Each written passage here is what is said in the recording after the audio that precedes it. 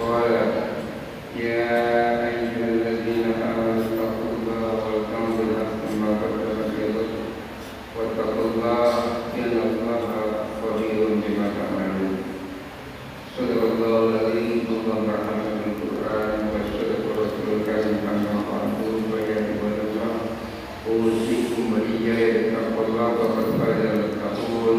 اتقوا الله حق تقاته ولا تموتن إلا وأنتم مسلمون.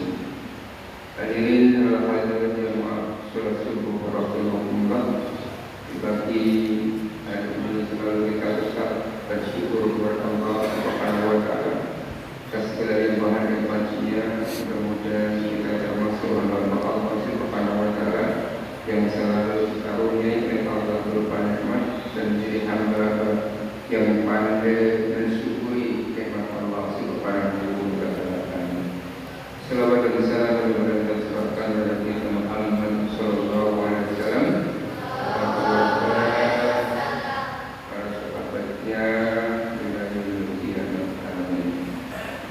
Hadirin hadirat terkasih dan sanjawati, pada kesempatan yang baik ini mari kita bersama-sama untuk selalu dan senantiasa meluruskan niat kita semuanya untuk tetap mencari keridhaan Allah Subhanahu wa taala. Kalau kita sampai kita fokus mencari ridha Allah dalam thalabul ilminya, mudah-mudahan apa yang telah kita hadirkan dari jiwa dan raga kita dari rumah sampai keluar al-Quran ini betul-betul berada pada keridhaan Allah Subhanahu wa taala.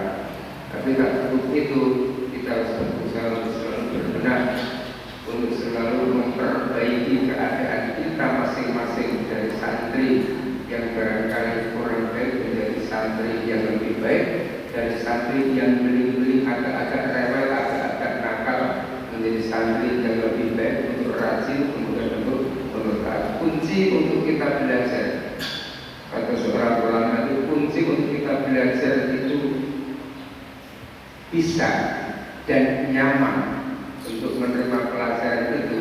Satu, cintailah guru kalian.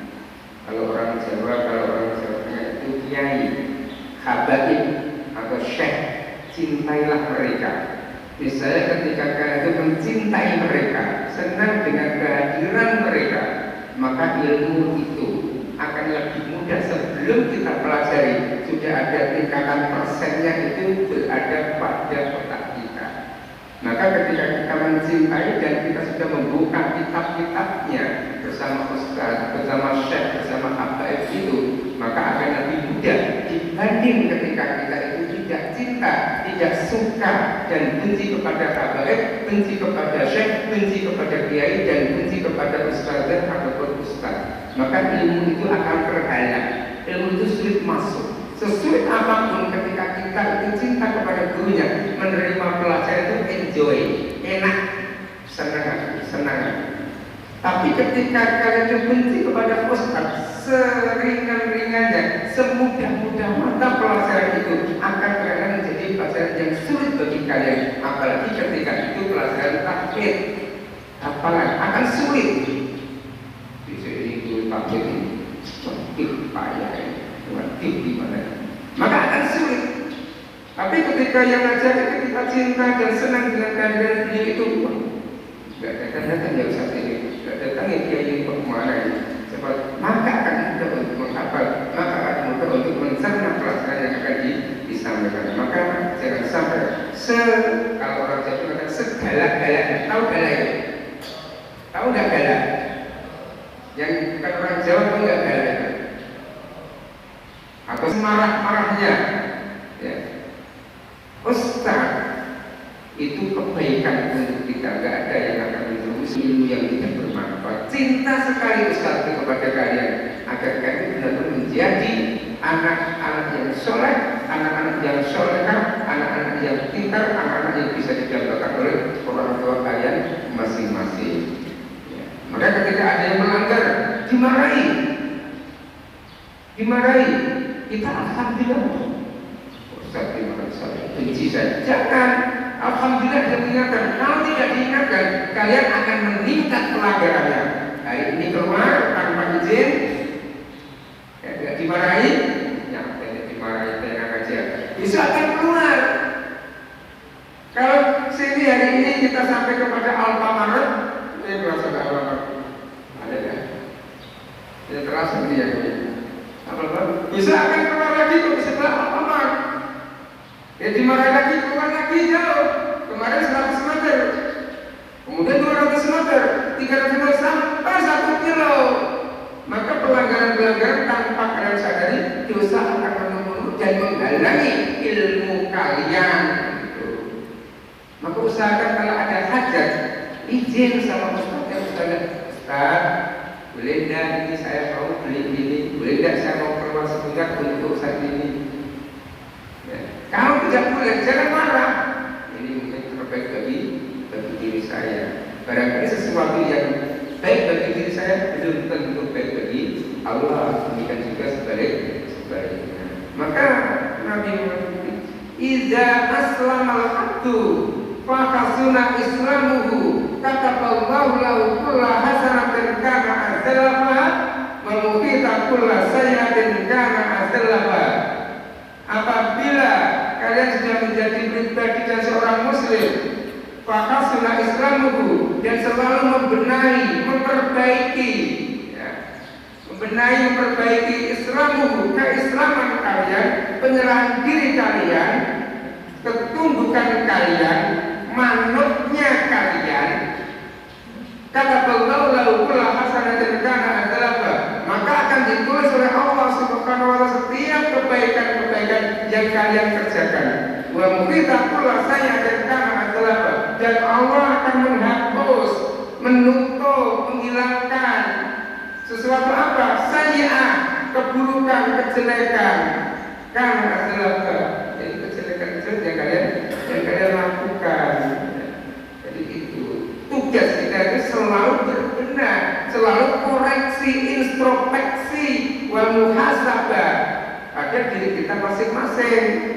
Ibarat orang yang tidak pernah koreksi, ya, ibarat orang yang tidak pernah muhasabah, ya, itu tidak akan mengetahui dirinya, dan dia akan menjadi orang-orang yang rugi tanpa ia sadari. Maka perbanyaklah berkoreksi kita masing-masing, baik dalam pelajarannya atau dalam kehidupan ketika kita di asrama, selalu berbenah. Jadi kata kalau orang tidak pernah koreksi, kayaknya itu orang yang baik sendiri itu akan rugi. Pernah enggak yang belakang-belakang itu koreksi pada diri ketika dia berbias? Pernah enggak santriwati berkoreksi pada diri masing-masing ketika berbias? Nah, untuk koreksinya itu adalah cermin yang memantulkan wajah kalian ketika kalian itu memakai bedak, ketika kalian itu memakai lipstik, ketika kalian itu memakai celana bulu-bulu alis kalian. Ya. Dikoreksi dulu, ini sudah seimbang nggak antara pipi kanan dan pipi kiri? Ketika saya pakai bedak, seimbang nggak? Oh seimbang, tidak terlalu tebal dan tidak terlalu tepis, tengah-tengah terus. Kemudian seimbang nggak bibir ini ketika kita lipstik itu? Seimbang nggak terlalu tebal atau terlalu tipis? Oh cocok ini dengan bedak yang saya pakai. Maka bercerminlah. Tapi kalau kalian tidak bercermin, asal-asalan saja, ini ada kotak bedak, kemudian kalian pukul atur gini-gini, atau tanpa pukul ada kepukan gini-gini aja pakai tangan aja, atau ketika kalian itu pakai listrik tanpa ada cerminan itu, keluar kalian tanpa kalian sadari, teman-teman Anda itu akan menertawakan Anda, padahal Anda pede. Saya sudah pakai listrik, saya sudah pakai celak, saya sudah pakai bedak. Saya ini nomor 1, paling cantik sendiri di asrama putri. Kan tahunya ketika keluar asrama diketahui orang, diketahui teman-teman kalian. Kenapa? Anda nggak bercermin sih. Apa yang cermin? Ini sudah dikasih bedak, ini sudah dikasih bedak, tapi tengah bolong. Ya. Ada pakai lipstik baru yang bawah, yang atas nggak ada lipstik. Apa itu? Maka bercermin agar pantulan itu kita ketahui namanya koreksi diri. Dan itulah yang sunnah, selalu membenahi dan memperbaiki terus. Kekurangan kita apa? Melengkapi konsultasi sama ustaz atau ustaz ini gimana, ini saya kok sulit sekali takutnya, sulit sekali menerima pelajaran dan sebagainya. Di antara itu apa yang terjadi ketika kita punya kesulitan yang sering dan sering itu apa yang terjadi? Ada pasti, ya pasti ada apa? Kemaksiatan, ya, kemaksiatan. Maka kurangi dan hilangkan kemaksiatan sehingga ketika kita berada di pesantren itu enak, nyaman, tidak gundah, tidak balut karena ada usikan yang mengusik hati kita. Siapa itu? Syaitan. Keluar tidak apa-apa, tidak ada yang ngawasi. Ustaz aja tidak mau ngawasi di kamarnya, lu aja nggak keluar. Ustaznya diam aja, nggak keluar. Insya Allah karena usikan setan dosa. Kenapa dinamakan dosa? Karena kecerobohan hati yang dilakukan setiap hari sehingga menimbulkan mazharat bagi diri masing-masing. Cerobohnya hati, maka benahilah hati kita. Kata orang Jawa, kalau kita itu izin atau pamitan, minta izin, baik itu sama teman atau orang tua atau siapalah, itu yang dibilang cukup singkat dan simpel. Tidak ada yang bilang, Bu, saya mau pergi, ya saya mau pergi, ya saya mau gini, ya mau segini. Apa yang dikatakan? Bukan dada-dada, bukan wajah-wajah yang dikatakan oleh orang tua, bukan kepala-kepala, tapi yang dikatakan adalah hati-hati anaknya di jalan, hati-hati anaknya di jalan, hati-hati di sini dan sebagainya. Hati-hati ya kalau sudah di perantauan itu hati yang dikatakan. Nggak ada dada-dada yang nanti di jalan, nggak ada. Ya, cukup hati-hati. Maka sentuhannya hati kita masing-masing. Jangan sampai terusik dengan hawa nafsu. Maka ketika ya asbab ar-rajul itu kan selalu istimewa, selalu berkumpul antara hawa nafsu dan amal-amal. Tinggal kita bismillahirrahmanirrahim, la yadurru ma syai'un fil ardi wa la fis samai, selalu berlindung dan memohon kepada Allah Subhanahu wa taala. Dan bismillah kita berusaha untuk memenangkan amal-amal kita. Alhamdulillahilladzi ahyana ba'da ma amatana wa ilaihi nusur. Itu doa apa itu? Masa? Saya dengar-dengar doa bangun tidur di sini itu enggak seperti itu katanya. Satu-satu marah doanya. Ayo bangun. Ngapain sih kamu bangunin saya? Belum mandi. Itu bukan doanya.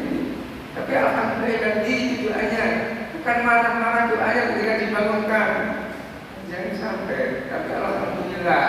Sehingga kita memulai awal pagi itu dengan alhamdulillah itu, insya Allah hawa nafsu itu akan dikalahkan oleh amal-amal kita.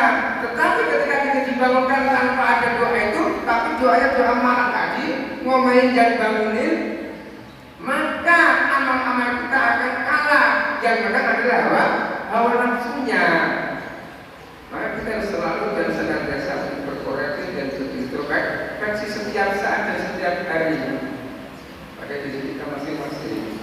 Maka setiap amal-amal yang kita lakukan dengan baik itu, maka Allah akan mencatat kebaikan kita. Ini si bulan tidak pernah melanggar, ini si bulan selalu suci. Itu maka kontrollah ilmu kalian, jagalah ilmu kalian itu dengan adab, dengan akhlak, dengan budi pekerti. Niscaya ilmu kalian akan bermanfaat. Niscaya ilmu kalian itu akan selalu ada dan memiliki kemanfaatan. Tapi kalau ilmu kalian tidak kalian jaga dengan akhlak, dengan adab, maka sebanyak apapun ilmu kalian yang kalian miliki anak, maka kemaksiatan pun juga akan selalu beriring dengan ilmu yang kalian miliki. Seperti pelanggaran-pelanggaran itu, karena tidak dikontrol dengan adab dan akhlak kita, kalau kita ini punya orang tua kita di sini siapa? Anak-anak, adik-adik, siapa? Ustaz dan ustazah, itu orang tua kita. Kalau kita berani, kalau kita melanggar pada ustaz dan ustazah, itu sama saja kita itu melanggar dan berani kepada orang tua kita masing-masing. Padahal perlu diketahui, pintu yang paling mudah di antara banyak pintu-pintu untuk bisa masuk ke dalam surga, itu pintu apa? Pintu yang berada pada orang tua kita untuk kita taati. Pernah ulama besar itu Hasan Al-Basri, banyak nasihat-nasihatnya itu.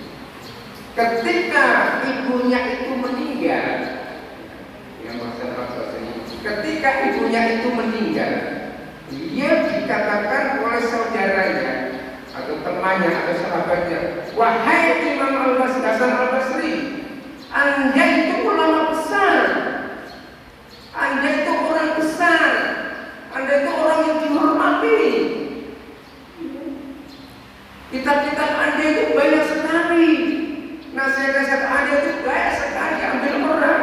Tetapi kenapa ketika ibu kalian itu meninggal Anda menangis sebagaimana orang yang tidak punya akhlak? Nangis betul tuh Imam Hasan Al-Basri ketika ibunya meninggal. Nangis itu barangkali melebihi anak-anak kecil yang nangis itu, atau nangisnya kita yang hampir-hampir kita tidak bisa pulang ke rumah. Nangis betul itu. Kemudian Hasan Al-Basri mengatakan, saya ini menangis bukan karena qadarullah, bukan karena takdir Allah ibu saya itu meninggal, bukan itu. Saya itu menangis bukan karena sebagaimana orang-orang ketika dibilang mati, orang itu kemudian menangis sekuat-kuatnya, sekeras-kerasnya air mata menetes dan mengalir tanpa ada yang bisa membendungnya, bukan itu. Tapi kenapa saya ini menangis? Karena ada banyak pintu yang dulu ketika ibu saya itu masih hidup yang memudahkan saya untuk bisa melewati pintu surganya Allah Subhanahu wa ta'ala. Sekarang pintu itu sudah tertutup.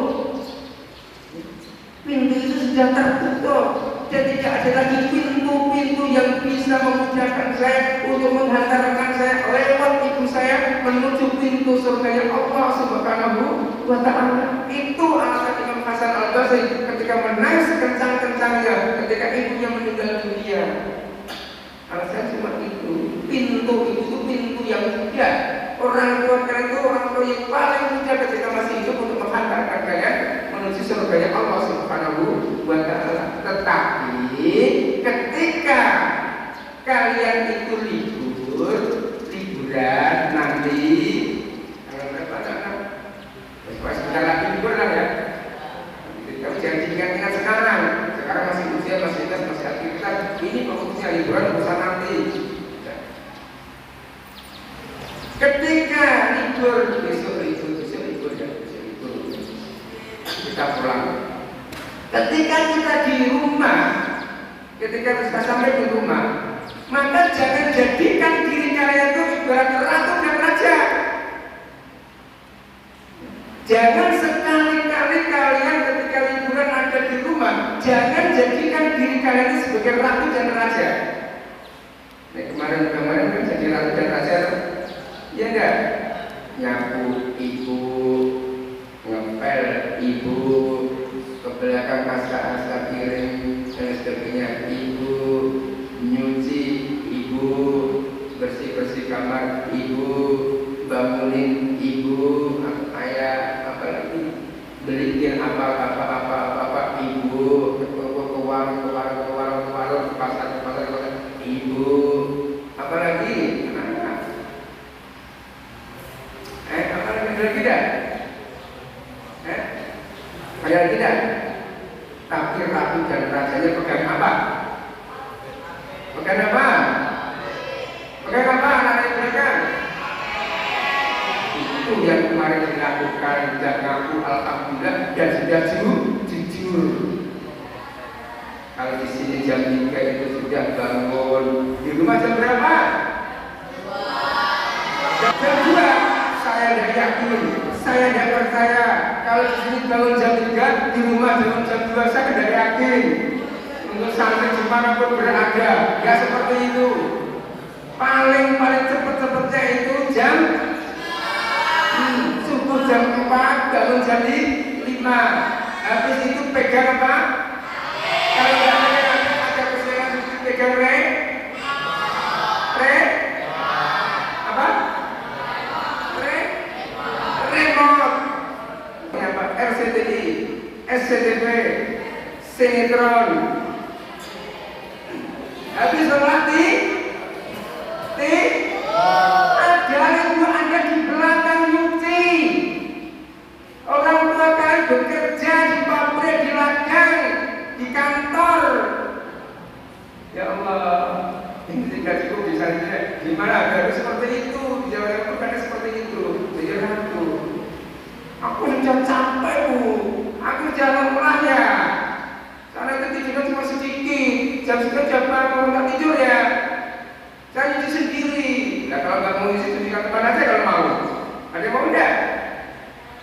Ya kedewasaan kita di sini. Tapi ketika kalian pulang, jadikanlah kepulangan di rumah itu birrwalidain. Itu harusnya seperti itu. Karena kalau tidak saat itu kapan lagi? Nanti kalau barangkali kalian kuliah atau keluar dari sini sekolah lagi jauh, kapan mau bantu orang tua? Kapan mau menjadikan ratu dan raja orang tua itu? Udah boleh satu aja. Itu harus seperti itu. Kalau lagi bukan penurunan, cari teman-teman lama yang dulu ya. Gimana ini? Ikut ya. Keluar rumah jam 7, pulang rumah jam berapa?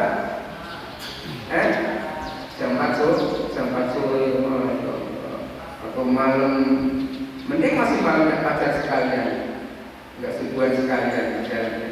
Jangan, tapi jadikan itu birrwalidain kalian saat ada di rumah. Itu hasil kita ketika kita belajar dikontrol pakai adab, pakai akhlak, pakai budi pekerti. Dan seperti itu ya. Dari uang tua sampai waktu seperti itu ketika kita di rumah, menjadikanlah birrwalidain kita kepada orang tua kita masing-masing. Sekarang kan ketika kita kekurangan apa? Tolong lihat ke sini, tengok aku, bawa oleh ya. Berapa nak? Aku banyak lah, 2 tenda persegi yang besar itu. Jumbo yang besar itu, pokoknya macam-macam lah. Dan ini dan sebagainya. Sama minuman ini dan sebagainya. Jangan lupa yang punya apa?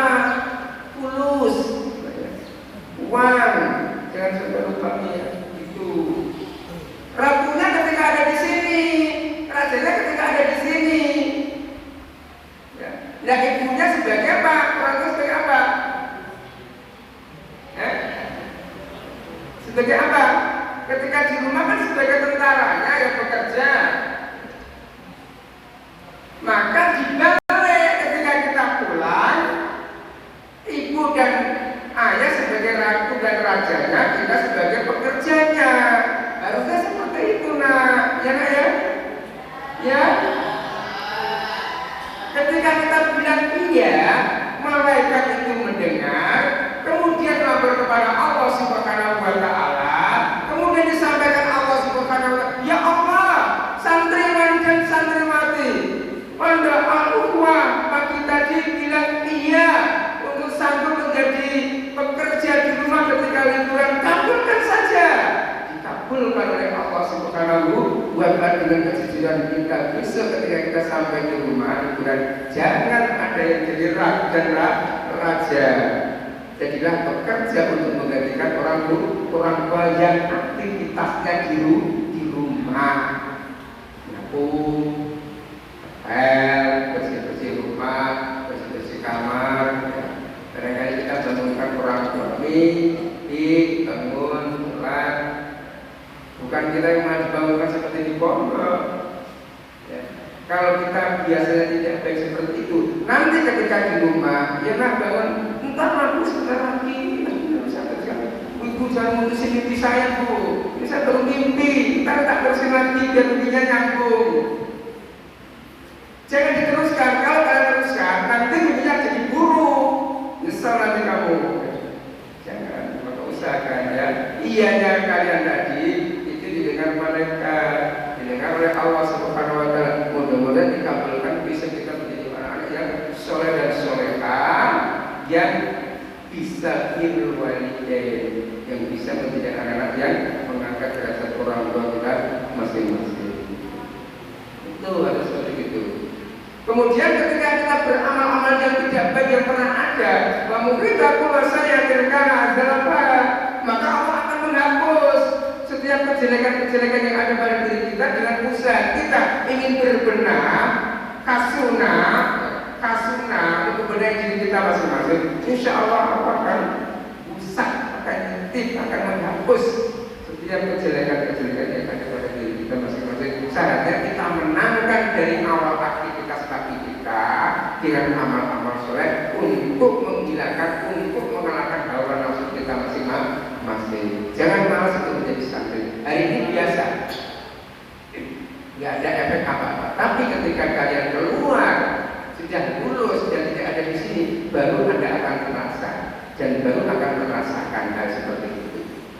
Ya, sebagaimana kalau dalam sebuah tafsir mengatakan al-hayatu fi dalil Quran nikmatun wa nikmatul la ya'rifu illa man dzaqaha.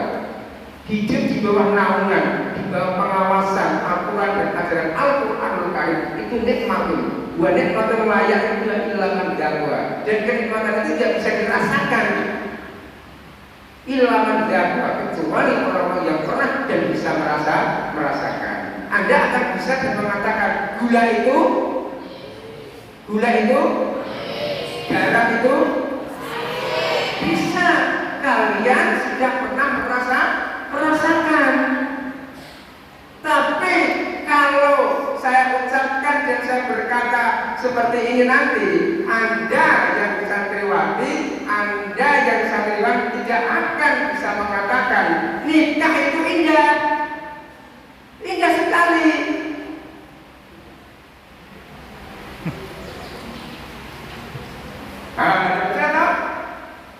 Memang seperti apa? Karena saya Ustaz baru jadi santriwan, baru jadi santriwati, maka saya tidak bisa mengutarakan kalau nikah itu indah. Ya kenapa Ustaz bisa? Ya bisa dong. Karena saya sudah nikah, karena saya pernah nikah. Punya anak itu lebih indah. Paling itu yang dikatakan masakan. Iya indah sekali, melengkapi kehidupan rumah tangga. Indah sekali. Kalian terdiam karena belum mengalami. Jangankan anak nikah aja belum. Jangankan nikah, pacaran aja no. Ya, pacaran no. Ya kan? Jangan. Hari ini fokusnya kita belajar fokusnya, jangan ke lain hati, jangan ke lain mana. Tapi fokus kita adalah pola ilmu itu. Tadi kalian mengatakan garam itu asin, gula itu manis karena kalian itu sudah pernah merasakan. Demikian juga saya tutup, dia bilang seperti itu. Al-hayatu fi dalil Quran karena beliau sendiri kehidupannya diatur, kehidupannya sendiri berada di bawah naungan Al-Qur'anul Karim, hidup dalam jeruji besi, pernah dia alami, maka beliau bisa mengatakan seperti itu karena beliau mengalami. Kemudian menulis tafsirnya di dalil Quran. Maka jadilah yang terbaik untuk diri kita masing-masing. Kita benahi ke depannya. Hari ini harus lebih baik. Dari kapan? Hari ini harus lebih baik dari mana? Dari kapan? Dari yang kemarin, jangan dari yang ke depan. Ke depannya harus lebih baik lagi dari hari ini. Besoknya harus lebih baik lagi dari ini. Harus seperti itu. Kalau ketika kita Allah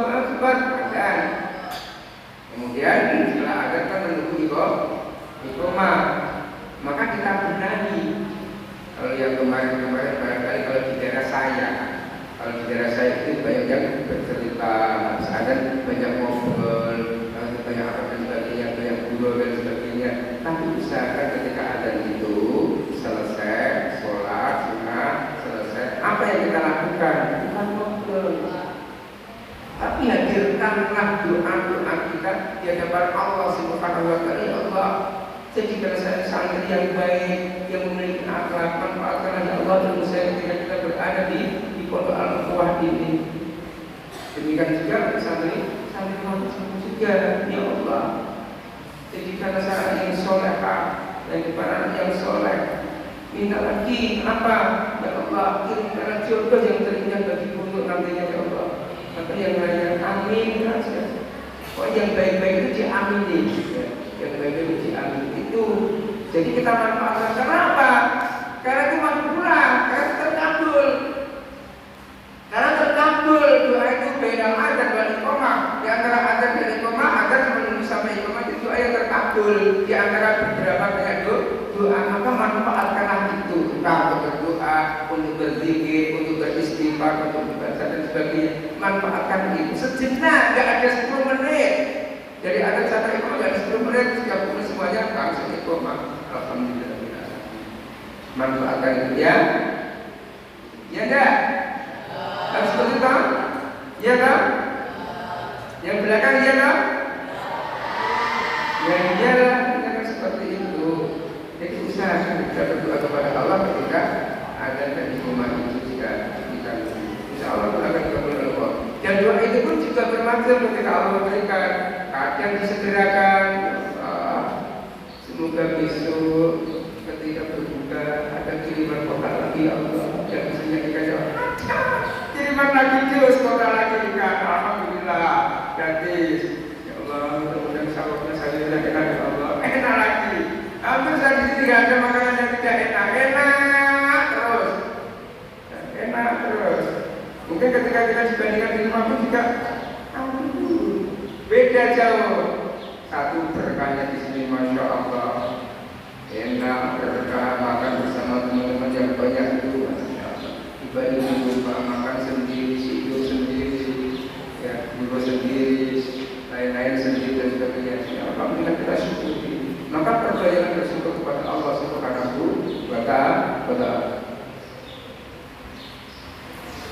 Adik-adik santriwan dan santriwati yang khususnya mudah-mudahan Allah Subhanahu wa taala memberikan kebaikan kita. Ini mudah-mudahan ada semuanya yang bermanfaatnya.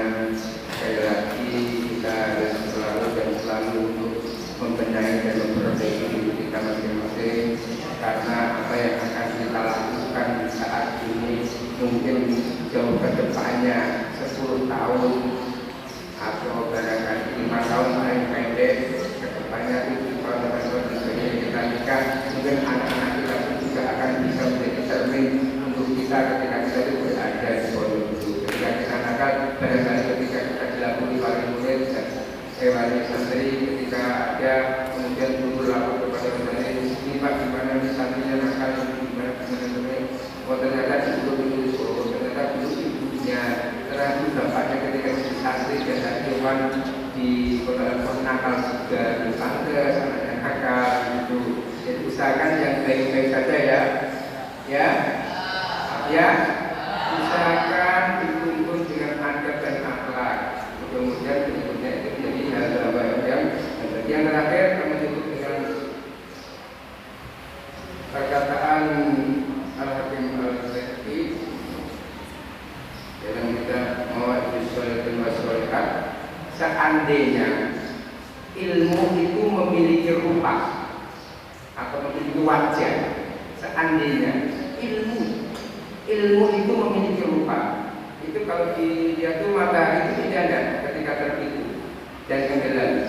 Kan orang kan kadang-kadang kan cari matahari terbit dan cari matahari tenggelam untuk rembulan itu indah enggak? Bintang-bintang itu indah enggak? Indah sekali. Semuanya itu indah sekali. Langit itu indah enggak? Kalau cerah, mungkin ada biru-birunya, ada ini hiasan dan sebagainya, indah sekali. semuanya indah. Matahari, rembulan, bintang, langit, semuanya indah. Seandainya ilmu itu memiliki rupa, niscaya lebih indah dibandingkan dengan matahari, rembulan, bintang-bintang, dan langit. Maka ketika kalian memiliki ilmu dan belajar ilmu, maka sejelek-jelek wajah kalian, istilahnya seperti itu, kasar-kasarnya ya, sehitam-hitam kulit kalian. Kalau ini ke jalan namanya apa? Apa? Udah ikut saja. Sepasang-pasang hidung kalian, ketika kalian berada dan memiliki ilmu, maka dia dapat Anda adalah indah sekali. Terlebih ketika hidungnya ke depan alias maju, rambut terurai dan indah, wajah sangat cantik, tampan, ganteng, anggun, menawan. Ketika kalian punya ilmu, akan tambah lagi keindahan yang ada pada diri kalian. Maka jangan kalian sia-siakan itu semuanya. Bismillahirrahmanirrahim. Bismillah, la haula wala quwwata illa billahil azim. Semoga Allah Subhanahu wa taala mengamini kita menjadi anak-anak yang soleh dan solehah, indah dan indah selamanya. Billahi taufiq wal hidayah. Wassalamualaikum warahmatullahi wabarakatuh.